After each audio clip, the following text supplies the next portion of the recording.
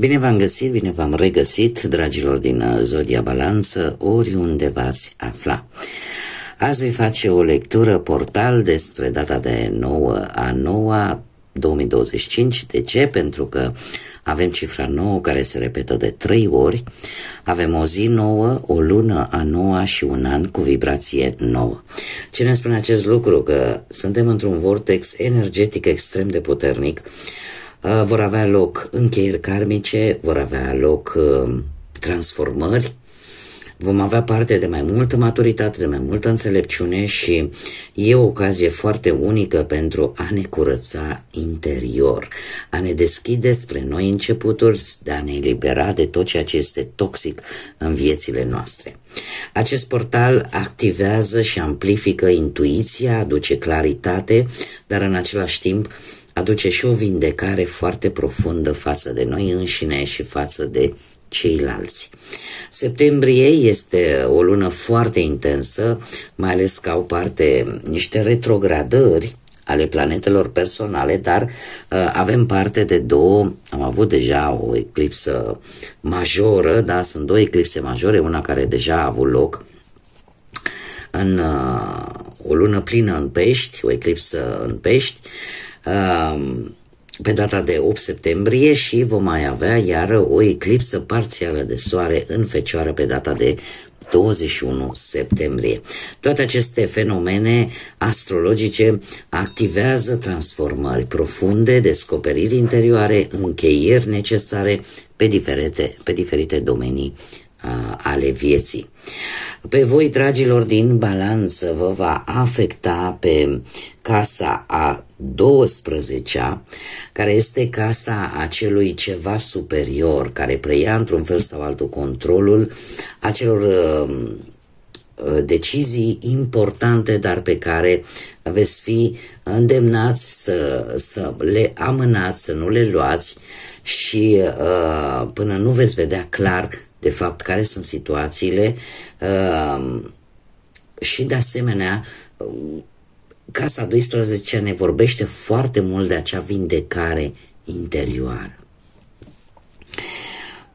De asemenea, vă veți elibera poate de vechi tipare, veți avea parte de o introspecție foarte activă și asta tocmai înainte de începutul sezonului personal solar, înainte chiar de a începe zodia voastră ca și semn solar. Unde se va pune o atenție mai mărită la voi, dragilor din Balanță, sau cu legături importante cu această zodie, pe partea spiritualității, pe introspecție și pe karmă. Care este recomandarea acestui portal? Să reflectați mult mai bine la ce tipare karmice trebuie să renunțați, trebuie să le încheiați, trebuie să nu le mai repetați, la acele obiceiuri, la acele lucruri care se repetă și care se pare că au ajuns la firescul lor sfârșit, la lecțiile pe care voi trebuie să vi le asumați, să le învățați în așa fel încât să nu le mai repetați. Așa că, haideți să vedem ce ne spune tarotul, cu ce vine acest portal, care sunt provocările principale cu care vine, de ce vă veți elibera, ce veți învăța, ce daruri vă aduce acest portal și care sunt pașii care vor veni după trecerea prin acest portal cu cei 3 de 9. Haideți să vedem ce ne spune tarotul pentru dragii mei din Balanță sau cu legături importante, nu știu, poate ascendent, lună, Venus în această zodie. Și uite, ca idee avem judecata, care mai mult sau mai puțin despre asta ne vorbește, despre o schimbare necesară care vine în viața voastră și care poate să aibă conotații pe probleme legale, probleme de justiție sau pur și simplu despre o lecție importantă pe care voi o veți învăța în această perioadă. Haideți să vedem. Încă o carte, încă un mesaj. Și avem transformarea, deci transformări, dragilor, transformări importante care vor avea loc în viețile voastre. Haideți să vedem ce ne spun cărțile. Care este provocarea principală care vine cu acest portal? Provocarea principală vine cu acest cavaler de spade, care vă poate reprezenta foarte bine pe voi. De ce? Pentru că reprezintă zodiile de aer, Gemeni, Balanță sau Vărsător. Asta îmi spune că se cere foarte mult echilibru, foarte multă responsabilitate vis-a-vis de o anumită idee, de un plan pe care voi îl aveți. Este probabil acea idee de înainte de a acționa impulsiv, de a vă gândi de 2 ori înainte. Cam asta este provocarea cu care vine acest portal pentru voi, dragilor din Balanță. Este, nu știu, poate că unii dintre voi vreți să concretizați ceva, nu știu, poate la nivel profesional, la nivel material și vă dați seama că dacă nu aveți un plan foarte bine gândit, ar fi bine poate să nu vă lansați chiar așa în forță. E posibil ca pentru cei care nu aveți o anumită comunicare foarte bună în relația voastră sentimentală, ar fi bine să o lăsați un pic mai moale, să o gândiți un pic mai bine, pentru că poate apărea șansa unei noi reîmpăcări dacă asta vă doriți. Mergem mai departe. De ce anume vă veți putea elibera? Care este acel lucru de care veți scăpa sau aveți șansa să scăpați? Și avem un rege de asemenea de spade. Dragilor, se pare că cumva toată această excesivitate pe care de multe ori o arătați, cumva ideea că nu trebuie să ții cont poate de sentimentele celorlalți sau că emoțiile nu trebuie arătate. De ce? Pentru că aveți senzația că dacă vă arătați ceea ce simțiți, dacă lăsați un pic de la voi, e posibil ca voi să-l percepeți ca un moment de slăbiciune. Trebuie eliberată această teamă că dacă lumea vede de fapt prin ce treci, ceea ce simți, este o dovadă de slăbiciune. Nu este. Este de fapt te arată pe tine fix așa cum ești.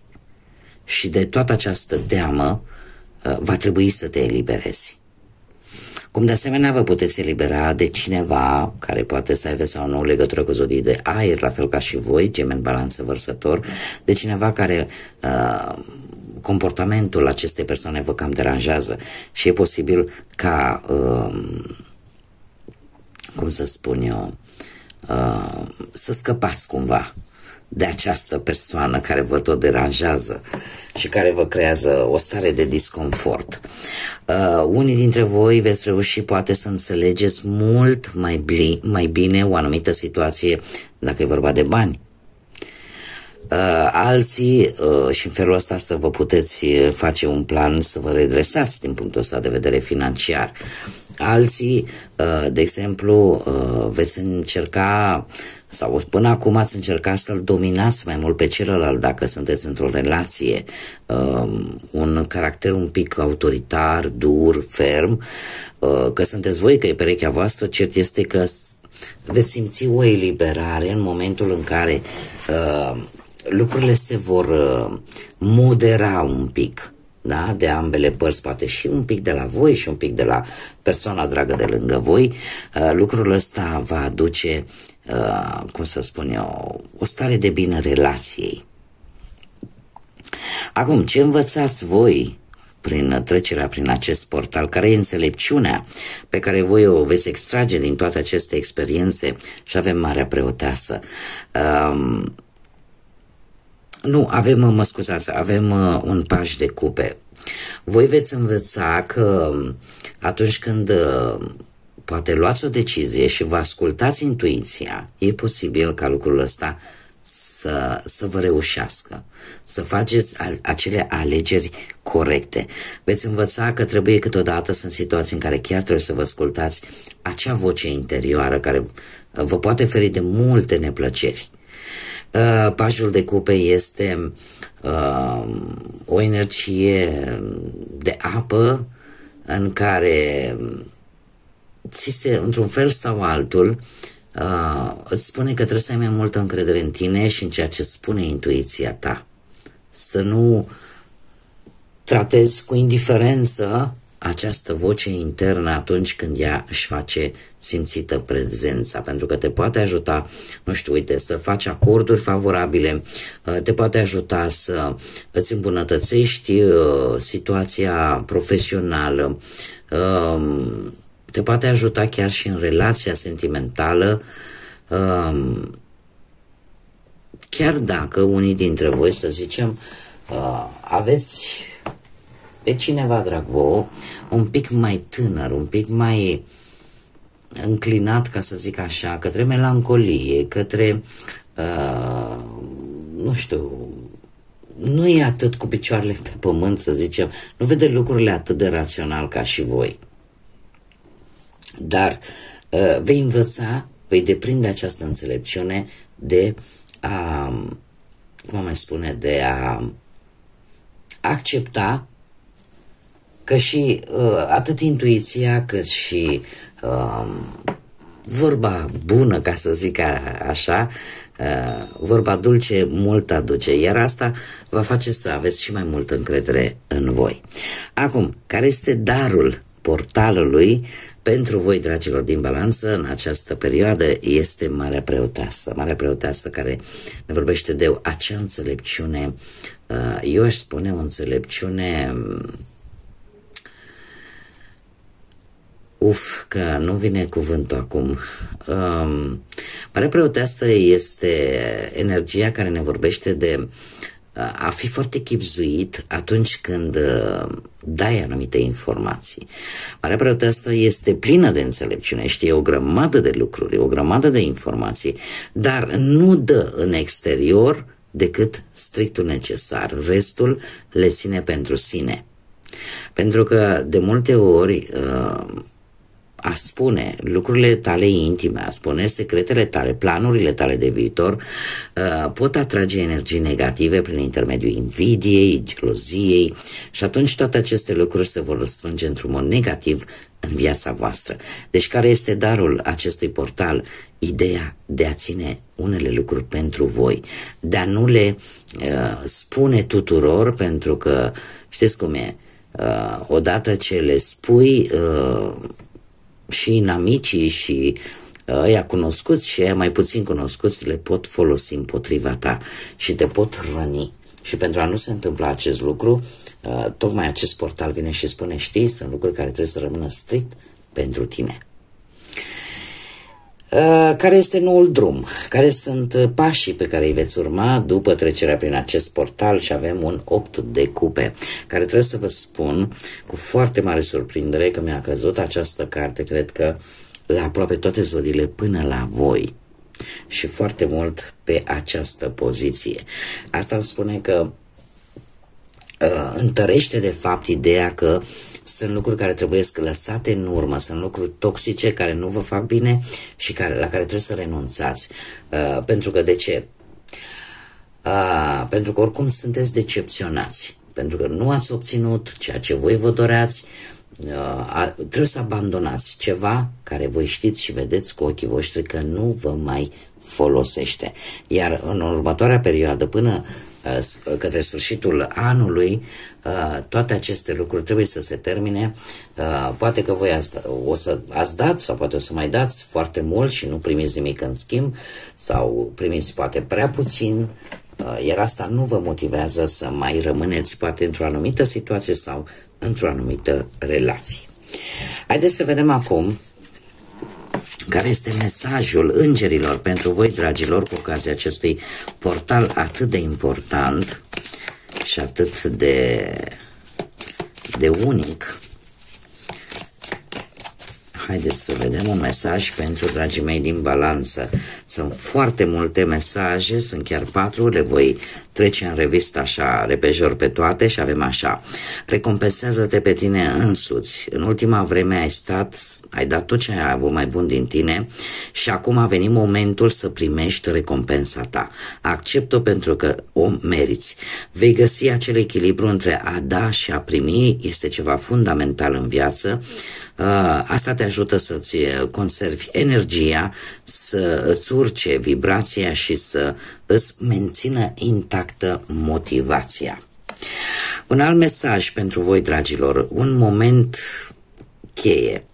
A venit momentul oportun pentru a acționa de acord cu dorințele tale. Este un moment în care porțile sunt deschise și haideți să le trecem împreună. Concentrează-te și nu te întârzia, pentru că dispui de tot ceea ce este necesar pentru a avea reușite.